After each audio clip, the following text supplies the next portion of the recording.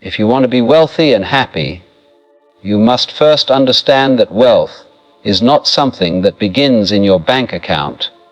It begins in your mind. When most people think about being wealthy, they immediately think of money, possessions, or the status that comes with them.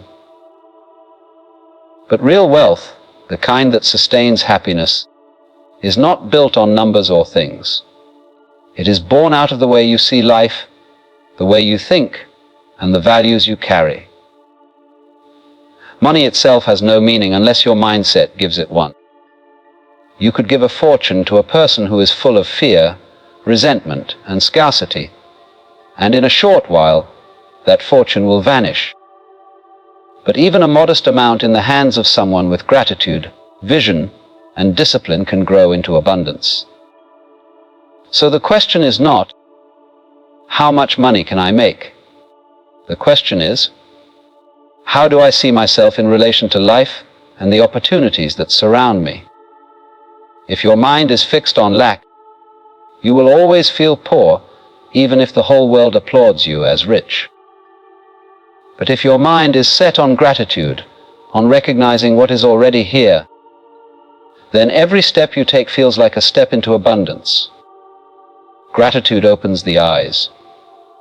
It allows you to see that wealth is not just something to chase, but something already available, waiting for you to align with it.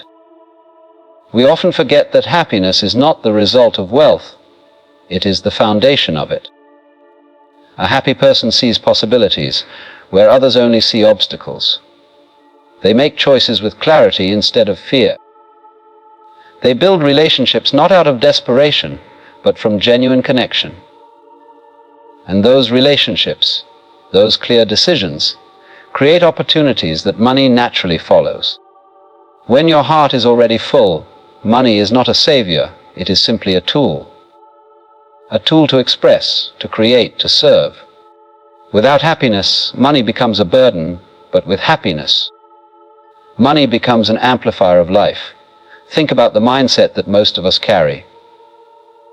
We are taught from an early age that life is about competing, fighting, and grabbing what we can before someone else takes it. But this way of thinking is the surest path to misery. Scarcity breeds fear, and fear blinds you to opportunities.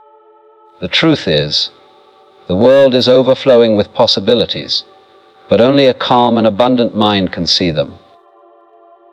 It is like a man standing in the middle of a field of fruit trees, complaining of hunger because he is too busy worrying about how someone else might take the fruit first. He cannot see the abundance because his mind is closed by fear. To be wealthy and happy, you must open that mind. You must see wealth as an expression of life, not a competition against it. This is where clarity of purpose comes in. If you don't know why you want wealth, then no amount of it will ever satisfy you. You will keep running, keep chasing, and happiness will remain just out of reach. But when your purpose is clear, when you know you want wealth not for vanity, but to live freely, to help others, to create beauty, then wealth begins to flow naturally. It aligns with your inner direction. You no longer chase after it desperately. Instead, you attract it because everything you do resonates with purpose. But here is the subtle truth: the purpose, without gratitude, still leaves you restless. You must be able to look at the little you have today and feel rich already. Feel grateful for the chance to breathe, to learn, to give. That feeling transforms how you act in the world. People sense it. Opportunities open up to those who carry gratitude, because gratitude is magnetic. It draws cooperation, trust, and goodwill. And all of these are the seeds of wealth. Now imagine for a moment that you woke up tomorrow with the exact same life you have today. The same job, the same relationships, the same challenges. But instead of approaching them with anxiety, you approach them with gratitude and clarity. How differently would you move through your day? how much more creative, more present, more resourceful would you be? That simple shift in mindset would begin a chain reaction. The decisions you make with gratitude today will plant seeds of abundance tomorrow. This is why I say wealth starts with the right mindset. Not because mindset magically creates money out of thin air, but because it creates the conditions in which money can flow, grow, and bring joy instead of misery. A poor mindset can destroy wealth as quickly as fire consumes wood. But a rich mindset, even with little to begin with, can build empires. The true wealth is in the way you think, the way you see the world, and the way you carry yourself in it. So before you dream of becoming wealthy, learn to be wealthy in your mind. Wealthy in gratitude, wealthy in purpose, wealthy in clarity. Because once that shift happens, money will no longer be the master you chase. It will be the servant that follows. And that is where wealth and happiness truly begin. We live in a world that has convinced us that money and happiness are one and the same, that if we collect enough wealth, we will finally feel complete. But sooner or later, everyone discovers that money alone is never enough. You can have every comfort, every luxury, every convenience that money can buy, and still wake up feeling empty. And the reason is simple. Money provides pleasure, but happiness comes from meaning. To be both wealthy and happy, you must understand how to balance the two, because without balance, one always destroys the other. Think of those who have money but no meaning. Their lives become a restless cycle of accumulation. They buy one thing, then another, always needing more, but never feeling at peace. The emptiness remains, no matter how much they spend. And then think of those who reject money completely in the name of meaning, those who believe that to be spiritual, creative, or deeply fulfilled, they must deny themselves prosperity. They may find moments of joy, but the struggle for basic survival weighs them down, and their potential is limited by unnecessary hardship. Both extremes miss the truth. The real secret lies in balance, when money and meaning walk hand in hand, when wealth serves your purpose, and purpose gives your wealth direction. Happiness does not come from the number in your bank account. It comes from knowing that your money is a reflection of your values. If money comes from work that feels empty, or from choices that compromise your integrity, then even great wealth feels like a burden. But if money flows from work aligned with your purpose, from efforts that bring value to others, then wealth carries joy with it. You no longer see money as something separate from happiness. It becomes a channel through which happiness grows. You see, money is neutral. It does not carry meaning on its own. It is like water. It takes the shape of the container you pour it into. In the hands of someone lost and disconnected, it fuels emptiness. In the hands of someone clear and purposeful, it nourishes life. So if you want to be both wealthy and happy, ask yourself, what is the meaning behind my wealth? What do I want it to express? Do I want it to represent fear, control, and endless consumption? Or do I want it to represent freedom, creativity, and love? The choice is always yours. People often imagine that once they have enough money, happiness will come later. But happiness postponed is happiness denied. If you cannot be at peace with little, you will not be at peace with much. The joy of living comes not after the bank account is full, but in the way you use money along the way. Are you using it to connect, to create, to serve, to experience life more deeply? Or are you using it to mask the emptiness, to buy distractions that fade as quickly as they arrive? Meaning is the compass that keeps money from leading you astray. Now, when you align money with meaning, something remarkable happens. Life begins to feel lighter. Your decisions become clearer. Instead of chasing every opportunity that promises wealth, you choose the ones that resonate with your deeper purpose. You don't waste energy on things that leave you hollow, because you know that true prosperity must include joy. And paradoxically, this balance often attracts more wealth. People trust those who are authentic, who stand for something more than just profit. They want to work with them, to support them, to share in their vision. So by putting meaning first, you don't push money away. You invite it in a way that enriches, not corrupts. Ask yourself this: what is wealth if it does not allow you to live in alignment with your heart? What is money if it cannot give you the freedom to pursue what truly matters?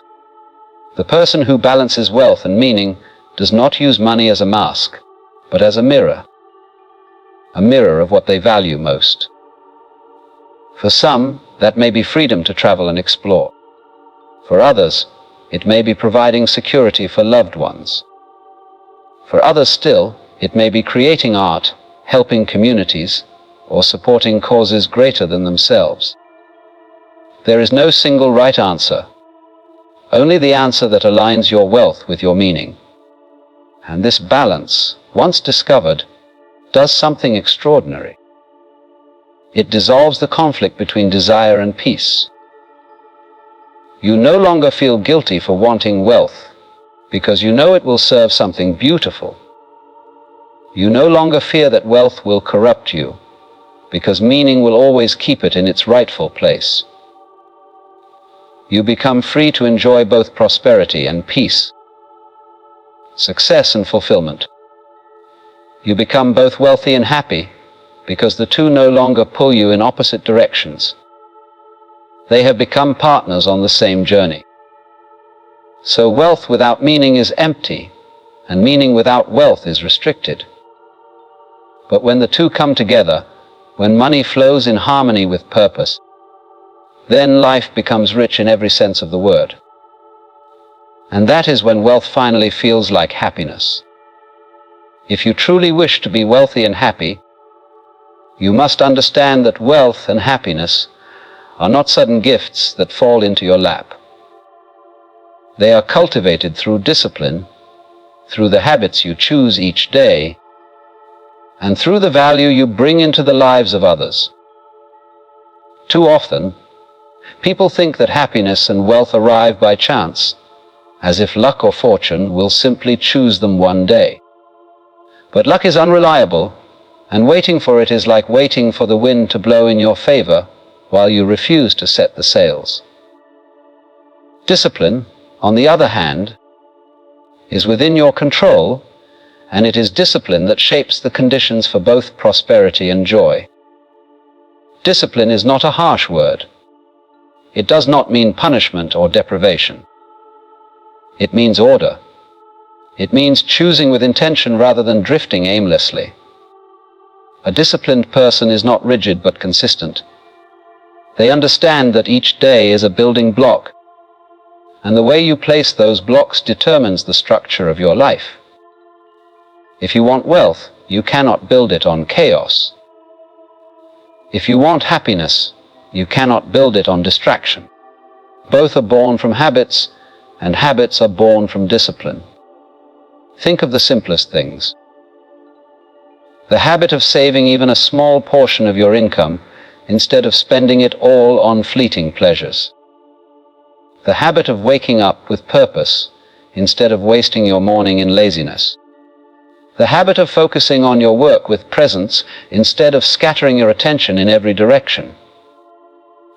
These may seem like small, ordinary acts, but repeated daily, they become extraordinary. They compound, just as small investments grow into fortunes over time. And not only do they create material wealth, they create inner wealth, peace, clarity, resilience. Yet discipline alone, if it is only about self, is still incomplete. True wealth and happiness come when discipline and habit extend outward. when they become acts of contribution. Because no matter how much you accumulate, life will feel barren if it is lived only for yourself. There is a law woven into the fabric of existence: what you give, you receive. When your habits include generosity, when your discipline involves serving others, you open a channel for abundance to flow back to you in ways you cannot predict. Think about this: the wealthiest people are not those who hoard, but those who create. They create businesses, ideas, opportunities, works of art, communities. And creation is an act of contribution. It is giving something of yourself to the world. The moment you start asking, how can I add value? How can I make someone's life better, easier, more meaningful? You begin to tap into a limitless source of both wealth and happiness. Because the joy you feel when you see others uplifted by your efforts cannot be bought. And the wealth that follows from serving others is more stable than any fortune made through greed alone. Discipline, habits, and contribution are not separate paths. They are one. Discipline creates the habits that keep your life steady. Habits shape the daily rhythm of who you are becoming. And contribution ensures that all of it flows outward, that your wealth and your happiness are not stagnant pools but living rivers. This flow keeps you alive, connected, and fulfilled. But here is the truth: it is not always easy. Discipline requires sacrifice.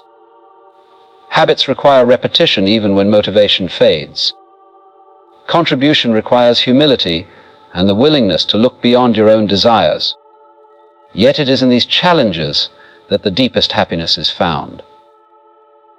For happiness is not simply pleasure. It is the satisfaction of knowing that you lived with purpose, that your life had order, and that you gave something of value to the world. Imagine for a moment a life without discipline. Each day scattered, spent reacting instead of creating.